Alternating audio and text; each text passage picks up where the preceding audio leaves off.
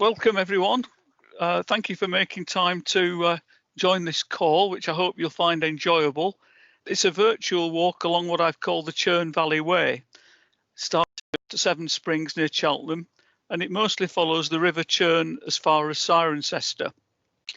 And as you can see from the first slide, I've written a little booklet about this route and 9 other circular routes, one for each of the 9 parishes which make up the Churn Valley benefice. First, though, I'd like to give a bit of explanation about the backstory, as it were, how we got to this position. And my grasp of this probably isn't as complete as it should be, but as I understand, every year on Good Friday, the 5 parish churches near Cirencester held a traditional walk of witness led by Mark Venn. And then in 2014, the Churn Valley benefice was created by merging these 5 parishes into 4 others near Cheltenham. And Alan Lowe and Mark and their wives had some recreational walks at the northern end of the valley. Well, in 2018, our newly appointed rector, the Reverend David Minns, decided that he would start the Good Friday walk from Cobberley, taking in Cowley, Elkstone and Colesbourne, and this became an expression of Christian unity. And ideally we would have walked all the way down the valley, but we couldn't risk going alongside the busy A435 between Colesbourne and Rendcomb, and so we covered those 3 miles by getting in our cars. However, about 18 months ago, I spotted a farm track running through woodland on the other side of the river. And Rob and I cycled down this farm track, which you can see going off there in a big question mark. And before long, we ended up in the little hamlet of Marsden. And there was a bridleway that we followed up a steep track and soon arrived at the playing fields above Rendcomb College. So this looked like a really neat solution. We could walk from one end of the valley to the other using the farm track. However, things are never quite as straightforward as you'd like them to be. And when I sent an email to Marsden Estate Office asking permission, sadly, they declined because they wanted to be able to cool the deer without any fear of shooting ramblers. And so I was able, thankfully, to find another alternative to that, which actually goes off to the left. As you look on this picture here, you see Rob and Margaret heading up a bridleway.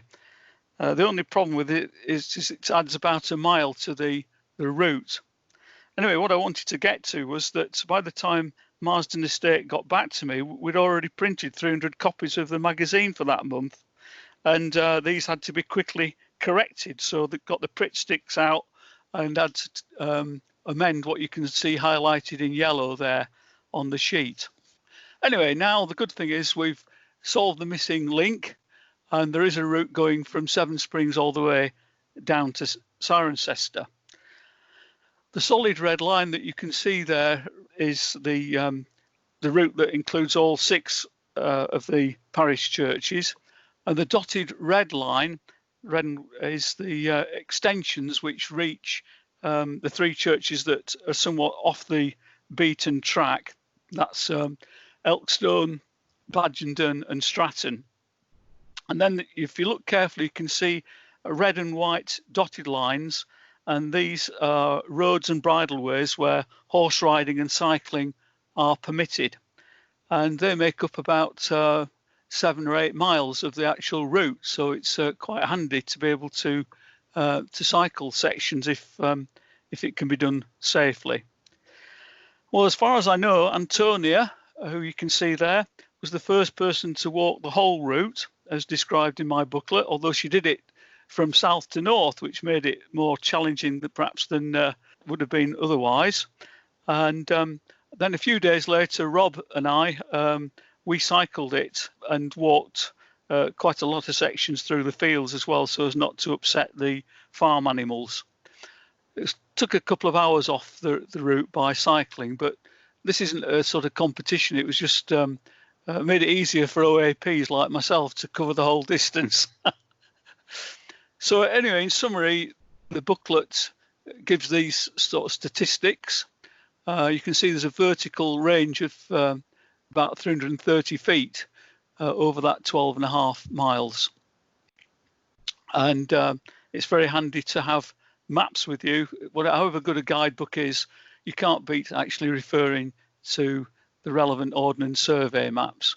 And these days you can get mobile downloads, so you don't even need to take the map with you. You can have it on your smartphone. The nice thing about this route is there's 2 or 3 really good pubs when they're open, of course, after the COVID-19 pandemic has passed. And these pubs enable us to break the route into 3 sections, and then you perhaps use the bus to go back and forth in an eco-friendly way. I think the bus is about once an hour, thereabouts. So starting now at the Seven Springs at the northern end of the valley, you may recognise this shot, and then just opposite the Hungry Horse pub, a rather magnificent lay-by, and right in the middle of that semicircle, there's some steps which go down to the Seven Springs, which are literally 7 little springs coming out of holes in the wall. I should just say before leaving there that there is a claim that the Seven Springs are the ultimate source of the River Thames. And as you all know, the River Churn flows down through Cirencester and joins the River Thames at Cricklade, which is the official source.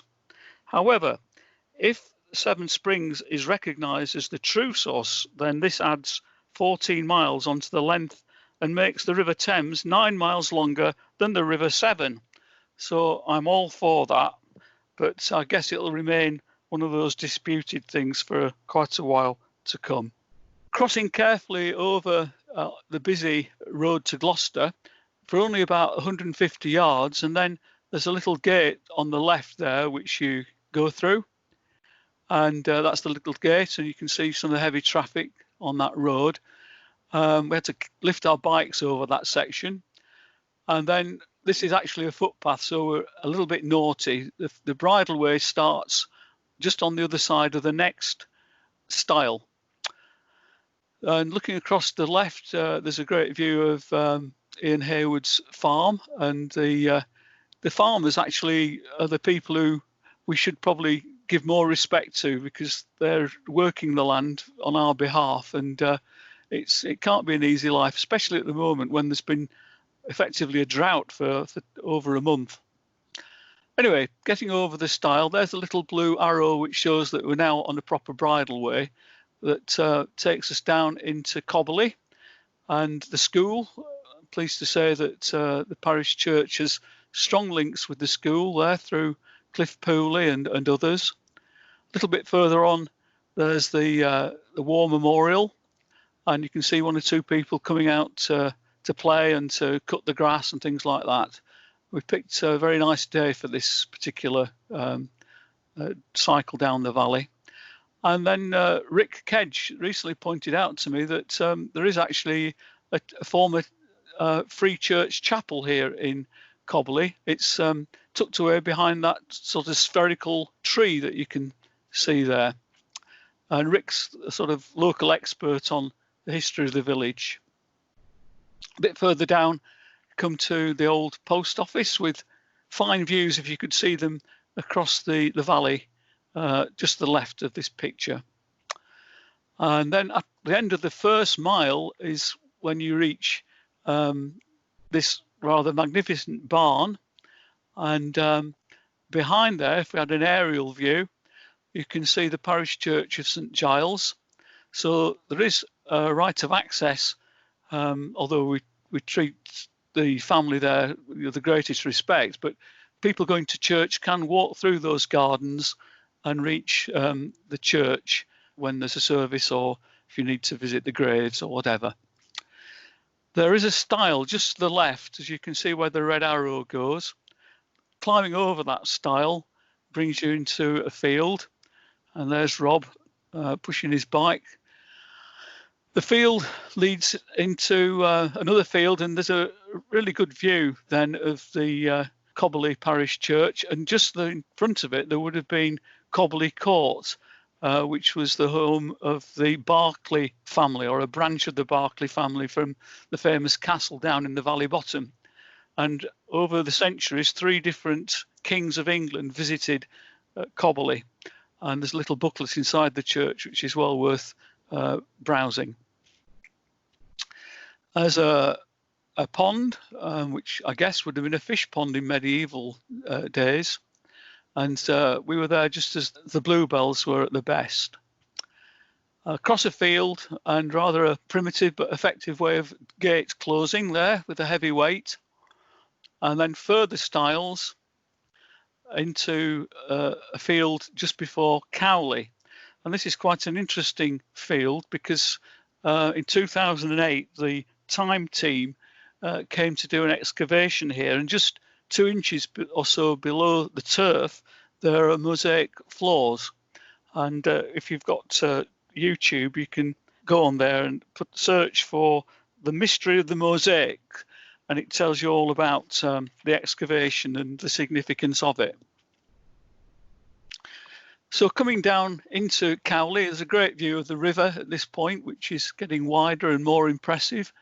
And one of our neighbours has recently bought this stretch of land and the river, and has been improving it considerably. Everybody knows Jill and Phil Clark. Well, this is from their calendar and shows a balloon gliding over the village some time recently. Entering Cowley, this is probably the most dangerous part of the whole trip down the valley, because very often round this blind corner, and you can see the new rectory there just to the left, there's often parked vehicles despite there being cones, and it's a real squeeze to get through. 100 yards or so later you come to the gates of Cowley Manor, which is a relatively recent addition to the village, because the parish church has been there since about 1170. And again, there's a right of access for the public to visit the church. This is Cowley Parish Church on a good day. Recently, we celebrated VE Day by decorating the porch area. Round another bad bend, and you come to a turning then to the Girl Guide headquarters and the Green Dragon down this little lane. So this is where we've come from Cobberley down across the fields into Cowley, and at this point, just as you turn down the lane towards the guiding centre and the Green Dragon, there's a footpath which I've shown as a dotted line, and that's a route that goes across through the Cowley Woods for 2 miles to reach Elkstone, and a very worthwhile thing to do, and that's the way that the Good Friday walk would go. Nice view in the autumn across the fields to Cowley Manor and St Mary's Church next door, and even a couple of swans there if you can spot them. People using the manor are able to wander around the grounds, and whenever I see this view, I always think about Jesus' words that he's going ahead to prepare a place for us. In my Father's house are many mansions. Well, this is a nice image to have in mind, isn't it? Just recently, the rhododendron bushes have been in full bloom, and it's been a real delight to have permission to walk through Cowley Manor grounds. Further down the lane, you come to the Girl Guiding Centre, and we have good relations with them, and occasionally get to give a talk around the flagpole to up to 90 guides and brownies. Green Dragon Inn sadly closed at the moment because of the COVID-19 pandemic, but hopefully will be opening again soon. And just beyond there, there's a turning again following the river, and you see the word Moonstone. That's a very interesting eco house which you can see on the other side of the river. But continuing down there to Lower Cockleford, these are a few pictures of houses along the way. I won't dwell on these because those of you who were on the previous call for Colesbourne walk will have seen all these before. But it is a very secluded lane, comes down to the farm, and then after that the metal road turns into a farm track, which is actually a bridleway, so it's quite legitimate to cycle all the way down here under the pylons. They actually can be incredibly muddy, as you can see there, but it was like concrete the day that we were cycling. And then there's a little stile and a gate that takes you through into Butler's farm, which is I mentioned in some detail in the previous talk about Colesbourne. It's familiar turning here up to Elkstone on the right, but straight on down the lane. In the springtime, this post box is one of my favourite places because of all the tulips and other flowers that have been planted alongside. And so we reach the A435 just before the Colesbourne Inn. And so that could be the end of a walk in itself, really, and then get the bus back to Seven Springs. But today we're feeling energetic and we're going to continue down the road past the old rectory, which is now a licensed restaurant, to the petrol station. And there's a turning there to the left, as you can see, to the church only in red letters there. And then down the lane towards the church, which is about a 5-minute walk. On the way, you pass by the old stables, which always look as though they're ripe for repair and restoration to me, but I guess it would take a lot of money to invest in it. And there's the Colesbourne Parish Church, dedicated to St James. And in a talk like this, I haven't got the opportunity really to spend any detail, any more time on describing the church, but it's well worth a visit. The setting alone is fantastic, with a giant redwood tree just to one side of it. Anyway, back on the A435, we're going to continue walking down there, past the gatehouse into the original estate entrance. And then there's a turning to Withington.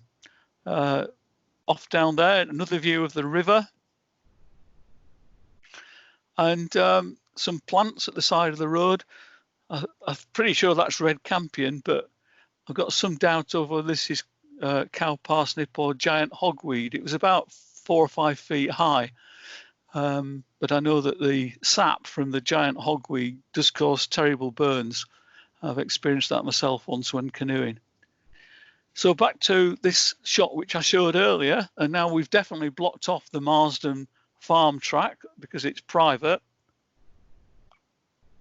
Instead, we're going to go up the bridleway, which the little green tick indicates, and some magnificent beech trees along the way.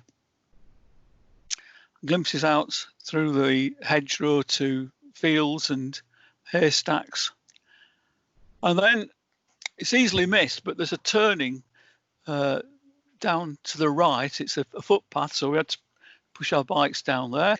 And it actually must have been blocked at one point by a fallen tree, but they've just cut a gap of about 18 inches so you can get through there. And then soon afterwards, through a gate into open fields. And it does really feel like the back of beyond as you go across these fields. It's a very remote area, but quite a well-formed track that leads up into further woodland. This is looking back towards Colesbourne. You can see there's been some tree felling on the crest of the hill there. Through another gate, and you arrive at Woodlands Farm, which again is quite isolated position, but on a sunny day, a great sense of well-being. Some friendly cattle there. Across the field, and again, you'd have to look at the map to be sure where to go here, but it's virtually due south from Woodlands Farm, and you arrive at this gate. Through there, we follow the side of the hedge down to a farm building you can see in the distance. Rob and I were able to cycle there. We're on a proper bridleway now, and there's the barn with Margaret standing alongside. And before long, perhaps half a mile or so, you arrive at Shawswell, which is another farming settlement. There are some footpaths going off from here, which we didn't have time to check out, but the main route follows the road down a very pleasant avenue of trees. And this is an interesting point because here is where the Marsden farm track would eventually emerge and would save about a mile off the route if we were able to use that. But at the moment, we haven't got permission. Continuing past the Rendcomb College playing fields, and then a glorious descent on a bicycle anyway. You can just see Rob there in the distance, a tiny dot going into the village of Rendcomb. By now we've done 8 miles, so we're about 2/3 of the way down the valley. But before continuing down that track towards Chedworth, you can make a diversion for 5 minutes and have a look at St Peter's Church. First of all, though, passing the rather magnificent gatehouse, which anyone driving into Rendcomb College follows a one-way system and cars exit through the gatehouse. But here's a quick look at the Parish Church of St Peter in Rendcomb, which is very well situated for the benefice, right in the middle. The view of the college, again, we've got strong links with the college through Bob Eady. Retracing our steps, we come back to that turning, and the road towards Chedworth is followed only for about 250 yards to a tree stump where there's a footpath goes off to the right. Here's a view back towards the village. There were sheep around here with young lambs, so we were being quite careful not to disturb them. Very nice pastoral scene. Kitty Morgan, who comes over regularly from Florida, often talks of the Churn Valley being like the 23rd Psalm come to life. Dropping down into the valley now and following a footpath, there's a nice view looking back towards Rendcomb College. It must have been a cold day when Margaret and I were first checking this out, but as you climb over a stile near the river there, there's references to, first of all, the Monarch's Way, and the other one is the Macmillan Way. A nice scene alongside the river for several hundred yards. Rob was finding the going a bit bumpy at that point, so he carried his bike across the main road, and I met him down in North Cerney, only a mile or so further on. Continuing down into North Cerney, here's the allotments, very well kept. We've come from the top of the map, you can see there, past the primary school. Again, the Reverend David Minns is very much involved there in the primary school. A view now of the village hall. There's the Bathurst Arms. So this could be the end of another walking tour with a lunch or something there, and then catching the bus back to wherever we've come from, probably Colesbourne, I guess. Another view across the River Churn, looking at the Bathurst Arms.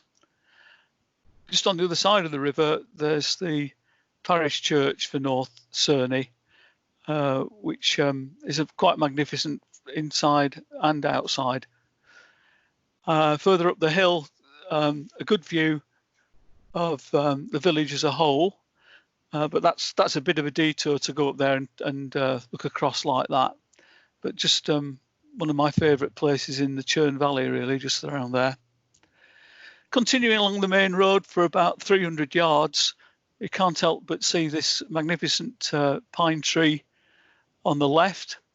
And I remember years ago, there used to be a star right at the very top of that tree. I don't know however they climbed up there to do it, but that's an important landmark, because there you turn off to the left and across a little bridge and into some more fields with a route going alongside the river, and quite easy going. Then it becomes a bridle way, takes you along past some farm buildings, towards Perrott's Brook. And at this point, we've just over 10 miles. And we've reached something called the Welsh Way. Just to the side there, there's a very nice building, and the river, you can just get a glimpse of it over to the left. Straight across, effectively, at this point, the route continues along through woodland. But I did notice one or two signs displayed nearby, one to do with fly tipping, the other about the Monarch's Way, which is a very long route, 615 miles. I don't know anybody who's walked it yet. It goes right through the Churn Valley. And another sign up to commemorate the founding of a cycle and walkers route running from Stratton, I think, up to North Cerney, which is why we're able to cycle quite a lot of the lower part of the Churn Valley Way. So there is, at this point at Perrott's Brook, a detour of about 3/4 of a mile along a very pleasant valley to Badgenden Church, but that's a story for another day. So we're going to continue down along that route through the woodland, which quickly opens up into fields, and then the bypass goes overhead, a very industrialized sort of atmosphere there, but the sheep are finding it quite handy for shade, until reaching the parish church of St Mary of Magdelene in Baunton. And this is another very interesting church. Sadly, I haven't got time to go into it, but the wall painting is very famous. Continuing through the village, and there's a little village green, which then leads off to the left across the fields then to a woodland area. And somebody with a sense of humour has created this 6 feet high carving in wood. I don't think it's going to scare anybody except the smallest of children. Step over the stile and then through some more fields to reach the house that's in quite an isolated position. And it'd be interesting to hear what an estate agent would say about this property. I think it's got potential. And if you were to follow that little track down for about 50 yards, you end up in quite wide open spaces. And it was here that a few years ago I heard a talk in which it was said that a big cat had been seen in the fields around Stratton.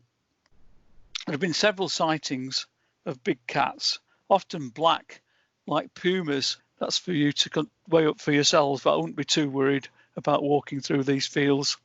Very soon, following the road down Bowling Green Lane, you're in the main part of Cirencester.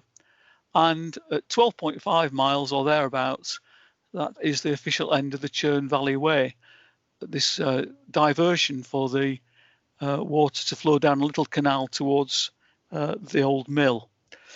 But I can't end without showing you another extension, which would be to go up to Stratton Parish Church, and that was described in an earlier talk. But the whole circular walk around Stratton is very different in character to the rest of the Churn Valley, but equally worthwhile and worth doing.